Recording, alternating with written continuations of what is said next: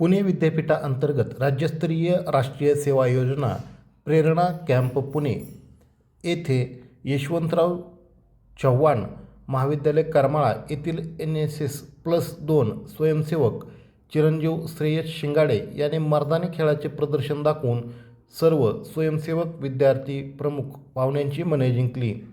श्रेयसच्या या यशाबद्दल संस्थेचे सचिव विलासराव घुमरे सर यांनी कौतुक केलेले आहे। तर या आयोजित मर्दानी खेळामध्ये श्रेयस शिंगाडे व जय सोनवळे यांनी खेळाचे उत्तम असे प्रदर्शन केले। यामध्ये त्यांनी दांडपट्टा, पास व काठीचे अप्रतिम असे प्रात्यक्षिक केलेले सर्वांना पाहायला मिळाले।